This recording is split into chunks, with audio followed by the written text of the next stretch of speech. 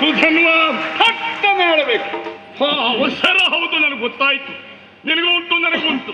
ಹಾಗಲ್ಲ ನನಗೆ. ಆದರೆ ನೀನು ಕೇಳಿದ ಸ್ವರದಲ್ಲಿ ಅದೇ ಓಗದಲ್ಲಿ ನಾನು ಉತ್ತರ ಕೊಟ್ಟರೆ ಏನಾಗ್ತದೆ? ನನಗೂ ನಿನಗೂ ವ್ಯತ್ಯಾಸ ಇಲ್ಲ ಅಂತ ಆಗ್ತದೆ. ಹಾಗೆ ಹಾಗೆ.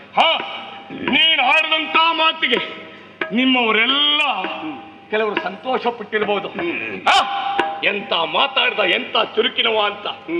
ಆದ್ರೆ ನಾವು ಅದನ್ನು ಗ್ರಹಿಸುವುದು ಹೇಗೆ ಗೊತ್ತುಂಟ? ಆಡುವ ಮಾತು ಎನ್ನುವುದು ಅವರ ಸಂಸ್ಕಾರವನ್ನ, ಸ್ವಭಾವವನ್ನು ತಿಳಿಸ್ತೇನೆ ಅಂತ. ನೀನೊಬ್ಬ ಹುಡುಗಾಟಿಕೆಯ ಮಾತು ಇದು. ಬೆಳಗಿನ ನುಡಿಯಂತೆ ನಾವು ಅದನ್ನು ಗ್ರಹಿಸ್ತೇವೆ. ಹುಡುಗಾಟಿಕೆ ಮಾತು ಯಾವಾಗ್ಲೂ ಹಾಗೆ, ಕೇಳಲಿಕ್ಕೆ ಸೊಗಸು, ಅರ್ಥ ಹುಡುಕಲಿಕ್ಕೆ ಏನೂ ಇರುವುದಿಲ್ಲ. ನನ್ನ ಮಾತಿನಲ್ಲಿ ಅರ್ಥವೇ ಇಲ್ವಾ? ಖಂಡಿತವಾಗಿ. ಯಾಕೆ? ಅದು ನೀನು ಹುಡುಗಾಟಿಕೆ ಸಾಕ್ಷಿ ನಿನಗೆ ಅರ್ಥ ಆಗಲಿಲ್ಲ ಹೇಳುವಾಗ. ಯಾಕೆ ಅಂತ ಹೇಳು. ಹೌದಯ್ಯ, ವಯಸ್ಸಿನಲ್ಲಿ ನೀನು ಹುಡುಗ ಅಂತ ಅರ್ಥ ಅಲ್ಲ. ಅರ್ಜುನನ ಪ್ರಭುತ್ವ, ಅರ್ಜುನನ ಹಿರಿತನ, ಅರ್ಜುನನ ವಯಸ್ಸು, ಇವುಗಳೆಲ್ಲದರ ಎದುರಿನಲ್ಲಿ ನೀನು ಹುಡುಗ. ಸೃಷ್ಟಿಗರ್ಜುನನೆಂಬವನೇ ನೀನು. ಒಳ್ಳೆ ಮಾತಾಡಿದೀಯ. ಈ ಪ್ರಪಂಚದಲ್ಲಿ ಅನೇಕರು ಅರ್ಜುನರಾಗಿ ಹೋಗಿದ್ದಾರಂತೆ. ಕಾರ್ತವೀರ್ಯ ಅರ್ಜುನ, ಸೈನ್ಯಪಾಲ ಅರ್ಜುನ, ನಾಗಾರ್ಜುನ ಮುಂತಾದವರೆಲ್ಲ ಅವರೆಲ್ಲ ಸೃಷ್ಟಿಯಲ್ಲಿ ಅರ್ಜುನರೆನಿಸಿಕೊಂಡರೇ ವಿನಃ ಸೃಷ್ಟಿಗೆ ಅರ್ಜುನರೆನಿಸಿಕೊಂಡವರಲ್ಲ. ಪ್ರಪಂಚದಲ್ಲಿ ಅಶಕ್ಯವಾದದನ್ನು ಶಕ್ಯ ಎನ್ನುವ ಹಾಗೆ ತನ್ನ ಸಾಧನೆಯ ಮೂಲಕವಾಗಿ ತೋರಿಸಿ ಪ್ರಪಂಚದಲ್ಲಿ ಹೆಸರು ಗಳಿಸಿದವಂತೆ ಅಂತ ಅರ್ಜುನ. ಅಂತ ಅರ್ಜುನನ ಎದುರಿನಲ್ಲಿ ಬಿಟ್ಟು ಪೋಪೆಯೋ ಬಿಡಿಸುವೇನೆಂಬ ಬಿಂಕವೋ. ಮಗು, ಹೇಗಾಯ್ತು ಗೊತ್ತುಂಟ? ಹೇಗೆ? ಈ ಸೃಷ್ಟಿಗೆ ನಾನು ಅರ್ಜುನ ಅಂತಾದ್ರೆ ಬಿಂಕವನ್ನ ತೋರಿಸದೆ ಕುದುರೆಯನ್ನ ಬಿಟ್ಟು ಹೋದೇನೋ? ಇಲ್ಲ. ಒಂದು ವೇಳೆ ಕುದುರೆಯಿಂದ ನಾನು ಬಿಟ್ಟು ಹೋದೆ ಅಂತಾದ್ರೆ ಸೃಷ್ಟಿಗೆ ಅರ್ಜುನ ಅಂತ ಹೇಳಿಸಿಕೊಳ್ಳಿಕ್ಕೆ ಸಾಧ್ಯತೆ ಉಂಟಾ? ಸಾಧ್ಯ ಇಲ್ಲ ಮಗು. ಹಾಗಾಗಿಯೇ ನಿನ್ನನ್ನು ಹುಡುಗ ಬೆಡಗಿನ ನುಡಿ ಅಂತ ಹೇಳಿದ್ದ. ಅರ್ಜುನನ ಯೋಗ್ಯತೆ ಏನು? ಒಂದು ಕಾಲದಲ್ಲಿ ಐರಾವತವನ್ನೇ ಧರಿಗಿಳಿಸಿದವನು ಯಾರು? ಈ ಅರ್ಜುನ.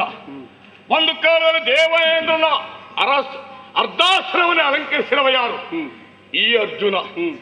ಬಯಸಿದಂತ ಊರ್ವಶಿ ಸುರನಾರಿ ಅವಳನ್ನ ತಿರಸ್ಕರಿಸಿ ಶಾಪಗ್ರಸ್ತನಾದವನು ಈ ಅರ್ಜುನ. ಅಲ್ಲಿ ಹೋದಾಗ ಹೆಣ್ಣು ಬೇಡ ಹೇಳಿದ್ಯಂತೆ. ಹಾಗೆ ಅಲ್ಲ, ಹೆಣ್ಣೇ ಬೇಡ ಅಂತಂದ್ರೆ ಅರ್ಥ ಅಲ್ಲ. ಬಯಸಿದ ಹೆಣ್ಣನ್ನ ಹೊಂದುವಲ್ಲಿ, ಸುಭದ್ರೆಯನ್ನ ಹೊಂದುವಲ್ಲಿ ಕಳ್ಳ ಸನ್ಯಾಸಿ ವೇಷ ಧರಿಸಿ ಕದ್ದುಕೊಂಡು ಬಂದವ ನಾನು. ಬದುಕಿನಲ್ಲಿ ನೋವು, ನಲಿವು, ಎತ್ತರ, ಇಳಿವು, ಈ ಎಲ್ಲ ದ್ವಂದ್ವವನ್ನು ಅನುಭವಿಸಿದವನು ಅರ್ಜುನ. ಅರ್ಜುನನ ಎತ್ತರ ಏನು, ಆಳ ಏನು, ವ್ಯಾಪ್ತಿ ಏನು ಎನ್ನುವುದರ ಅರಿವಿಲ್ಲದೆ ಮಾತಾಡಿದೆಯಲ್ಲ. ನಿನ್ನ ಹುಡುಗಾಟಿಕೆಗೆ ಬೇರೆ ನಿದರ್ಶನ ಬೇಕೇನ? ಯಾವುದನ್ನು ಕೊಟ್ಟಿಡಬೇಕಾಗಿತ್ತೋ ಅದನ್ನು ಬಿಚ್ಚಿಡ್ತಾ ಇದ್ದೀಯ. ಯಾವುದನ್ನ ಬಿಚ್ಚಿ ಒಪ್ಪಿಸಬೇಕಾಗಿತ್ತೋ ಅದನ್ನು ಕೊಟ್ಟಿಟ್ಟಿದ್ದೀಯ. ಆಯ್ತು, ನಿಜವಾಗಿಯೂ ಕುದುರೆಯನ್ನ ಕಟ್ಟಿ ಬಿಚ್ಚಿ ಒಪ್ಪಿಸಬೇಕಿತ್ತು. ನಿನ್ನೆದ್ರಲ್ಲಿ ನಾನು ಯಾವ್ದು ಬಿಚ್ಚಿಡಬೇಕು, ಯಾವ್ದು ಕಟ್ಟಿಡಬೇಕು ಹೇಳು. ನಿಜವಾಗಿಯೂ ಕಟ್ಟಿರುವ ಕುದುರೆಯಿಂದ ಬಿಚ್ಚಿಡಬೇಕಿತ್ತು. ಕುದುರೆಯನ್ನು ಬಿಡಬೇಕಿತ್ತು. ಕಟ್ಟಿಡುವುದು ಯಾವುದು? ನಿನ್ನ ಬೆಡಗಿನ ನುಡಿಯನ್ನು ಕಟ್ಟಿಡಬೇಕಾಗಿತ್ತು. ಯಾವ್ದು ಮಾಡಬಾರ್ದು ಅದನ್ನೆಲ್ಲ ಮಾಡ್ತಾ ಇದ್ದೀಯ. ಈಗ ಒಂದು ಹಿತನ ಮಾತು ಹೇಳ್ತೇನೆ, ಹೇಳು. ಕುದುರೆಯನ್ನು ಒಪ್ಪಿಸೋದ್ರ ಜೊತೆಯಲ್ಲಿ ನಿನ್ನ ಪಡೆಯನ್ನ ಒಡಗೂಡಿ ನನ್ನೊಂದಿಗೆ ಬಾ.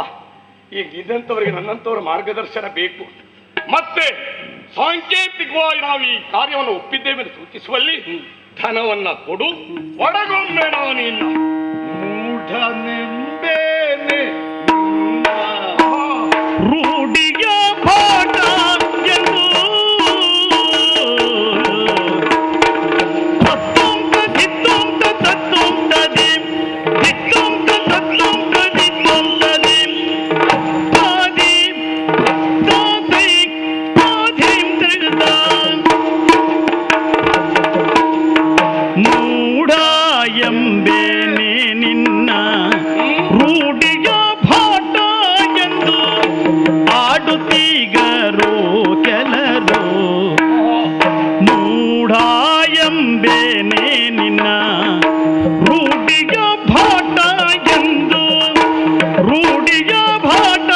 ಎಂದು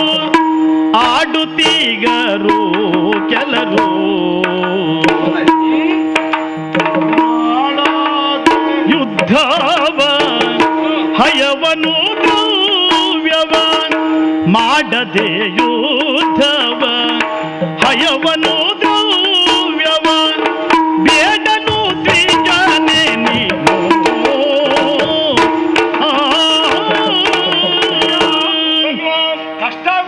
ಗೊತ್ತಾ? ಎಲ್ಲಿ? ನಿನಗೇನಾದ್ರು ಹೇಳಲಿಕ್ಕೆ ನಮ್ಗೆ ಕಷ್ಟ ಆಗುತ್ತೆ. ಅದು ಯಾಕೆ? ನಿನ್ನ ಮೂಢ ಎನ್ನಲೇ ಹ ಈ ರೂಢಿಯಲ್ಲಿ ಹ ನೀನೊಬ್ಬ ಭಟ ಎಂಬುದಾಗಿ ಕರೆದಿದ್ದಾರೆ. ಅಂತವ್ರು 4 ಜನರ ಮಾತಿಗೆ ಬೆಲೆ ಕೊಡ್ತೀಯ ಅಂತ ಆಯ್ತು. ಭಟ ಎನ್ನೋಣವೇ ಹ ನಮ್ಮ ಮನಸ್ಸು ಒಪ್ಪುತ್ತಾ ಇಲ್ಲ. ಹ ನಿಮ್ಮ ಸೇನಾಧಿಪತಿ ಹ ಯಾರು? ಹ ಪ್ರದ್ಯುಮ್ನ ಹೌದು. ಧಾರೆಗೊರಗಿದ್ದಾನೆ. ಹ ಆ ಲೆಕ್ಕದಲ್ಲಿ ಮತ್ತೆ ನೀನು ನೀತಿ ಹೇಳಬೇಕಾದ ಅಗತ್ಯ ಇರಲಿಲ್ಲ. ಆದರೂ ಕುದುರೆ ಬಿಡು, ಕಪ್ಪ ಕೊಡು, ಹಣ ಕೊಡು, ಒಡಗೊಳ್ತೇನೆ ನಿನ್ನ. ನೋಡು, ಕೊಡ್ಲಿಕ್ಕೆ ತೊಂದರೆ ಇಲ್ಲ. ಈ ರೀತಿ ಕೇಳಿದ್ರೆ ಕೊಡುವುದಿಲ್ಲ. ಮತ್ತೆ ಹೇಗೆ? ಓಲೊಂದು ನದಿ ಹರಿಯುತ್ತಾ ಇದೆ, ಹೋಗದ್ರಲ್ಲಿ ಸ್ನಾನ ಮಾಡು. ಬ್ರಾಹ್ಮಣರಂತೆ ವೇಷ ಧರಿಸ್ಕೊ. ಹೇಗೂ ನಿಮಗೆ ಬೇಡ ಅಭ್ಯಾಸ ಉಂಟು. ಬ್ರಾಹ್ಮಣರಂತೆ ವೇಷ ಧರಿಸಿ ಬಂದು ಕೇಳು, ಕೊಡ್ತೇನೆ ತಗೊಂಡು. ಭೂತಳದಲ್ಲಿ ಸಾರಿ ಕೊಲ್ಲುವುದಿದೋ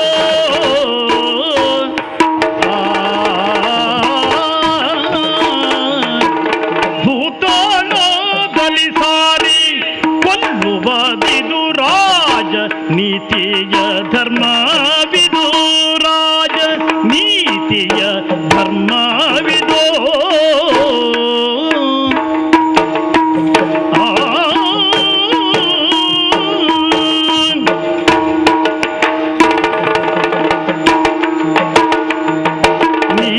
ತರಳನು ನಿನ್ನೋಳ್ ಒಲ್ಲೆ ರಣವ,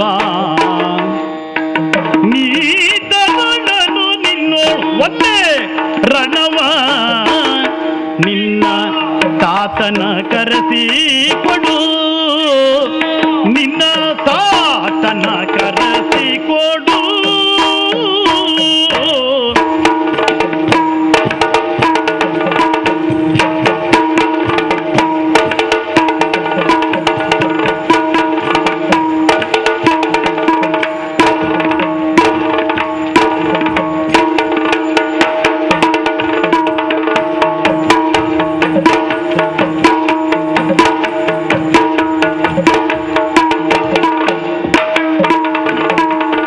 ನೀ ತರಳನು ನಿನ್ನೊಳ್ವಲ್ಲೇ ರಣವ, ನಿನ್ನ ತಾತನ ಕರೆಸಿ ಕೊಡು, ನಿನ್ನ ತಾತನ ಕರೆಸಿ ಕೊಡು.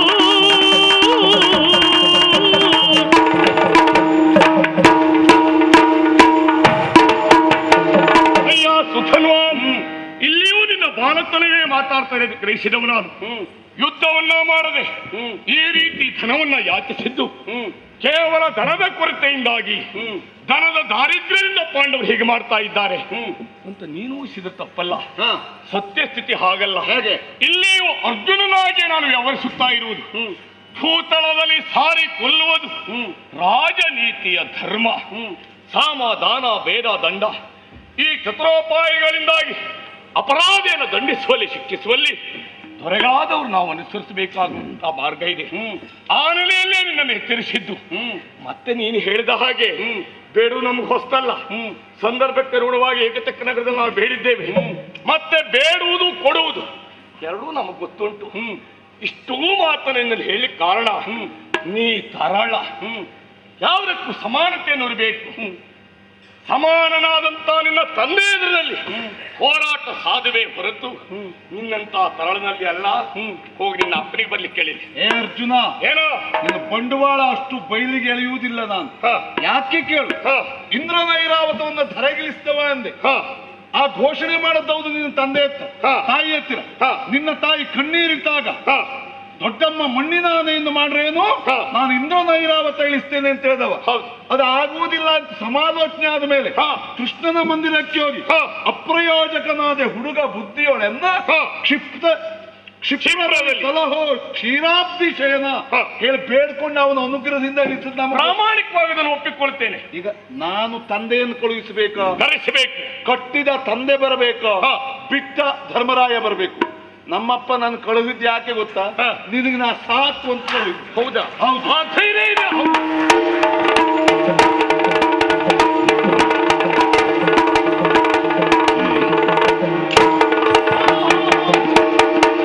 ಪೂತುರ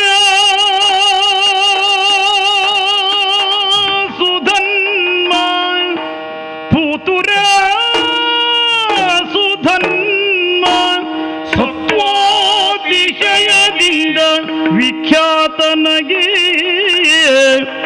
ಸತ್ವಾತಿಶಯದಿಂದ ವಿಖ್ಯಾತನಗೆ ಮದ್ರಥವಾನ್ ಈ ತೆರದೋನ್ ಯಸವಾರೋ ಮದ್ರಥವ ಈ ತೆರದೋನ್ ಯಸವಾರೋ ಪಾತಾಳ ಸುರನಿಲಯನ್ ಪಾತಾಳ ಸುರನಿಲಯನ್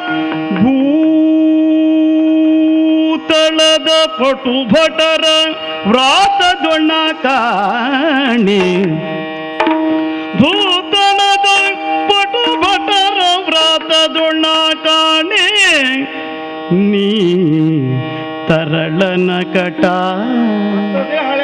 ನೀ ತರಳನ ಕಟ ಬರಿದೇತ ಕಳಿದ ಪೆಗೀಳು ನಿನ್ನ ತಾತನು ಬರಹೇಳು ಘಾತಿಸುವ ರಾವಣ ಪುರವನ್ನು ಬಿಡು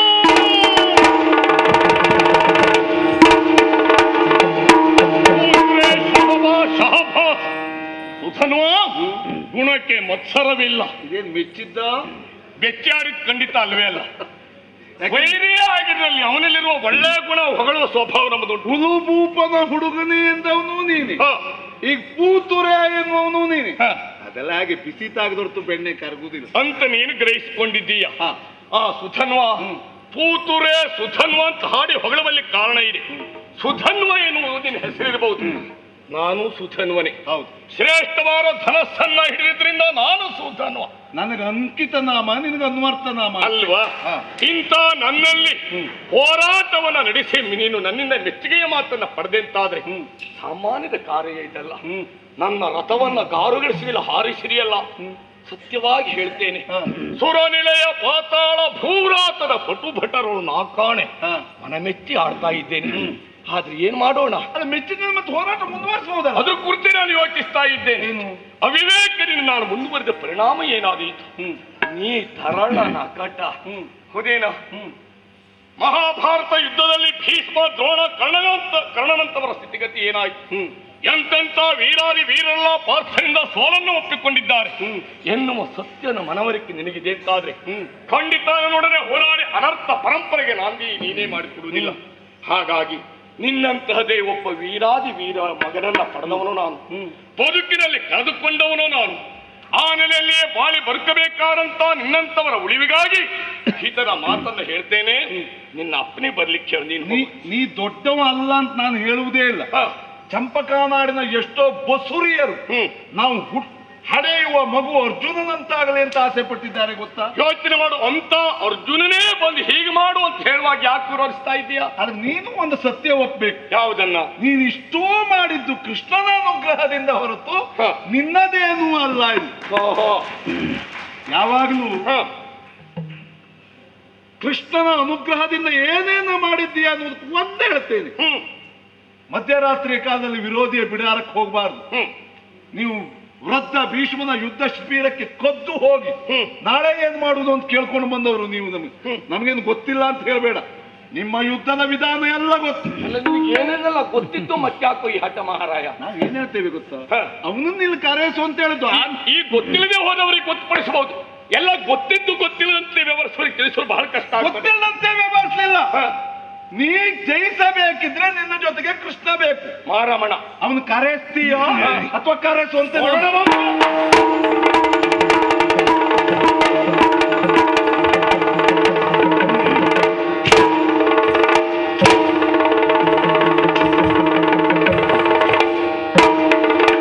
ಕ್ಷಣದಿ ಸವರಿಸುದನ್ಮ ನುಡಿದನು ಸಲೆಪಚಾರಿಸುತ್ತಾ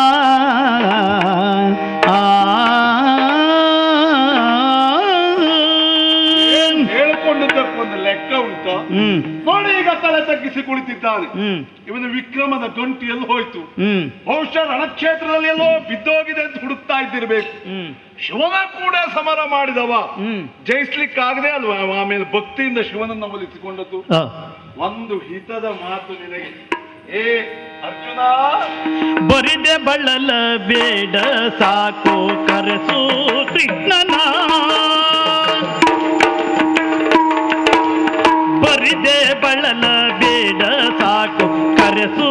ಕೃಷ್ಣನ ನೀ ಕರೆಸು ಕೃಷ್ಣನ ಬರಿದೆ ಬಳಲ ಬೇಡ ಸಾಕು ಕರೆಸು ಕೃಷ್ಣನ ಮುಂದಿರದೆ ನಿನ್ನ ಪರಾಕ್ರಮವ ತೋರ್ಬಲ ಬಲವೀರನೇ ನೋಡ್ಪುದೇನು ಶೂರನೇ. ಏ ಅರ್ಜುನ, ಬರಿದೇ ಮಾಡಲ್ಲ ಬೇಡ. ನಿನಗೆ ಜಯ ಬೇಕಿದ್ರೆ ಕರೆಸು ಕೃಷ್ಣನನ್ನು. ಇಲ್ಲಪ್ಪ, ಅಡಿಯಲ್ಲಿ ಬಿದ್ರು ಮೂಗು ಮೇಲೆ ಎನ್ನುವ ಜಾತಿ. ಇವು ಕರೆಸಬೇಕಿದ್ರೆ ಏನು ಮಾಡಬೇಕು? ಇವನ ಸಾರಥಿ ಇದ್ದಾನಲ್ಲ, ಆ ಸಾರಥಿಯನ್ನು ಕೊಂದು ಸತ್ತ ಸಾರಥಿಯ ಸ್ಥಾನದಲ್ಲಿ ಸಾಯದೇ ಇರುವ ಕೃಷ್ಣ ಬರುವಾಗ ಮಾಡಬೇಕು.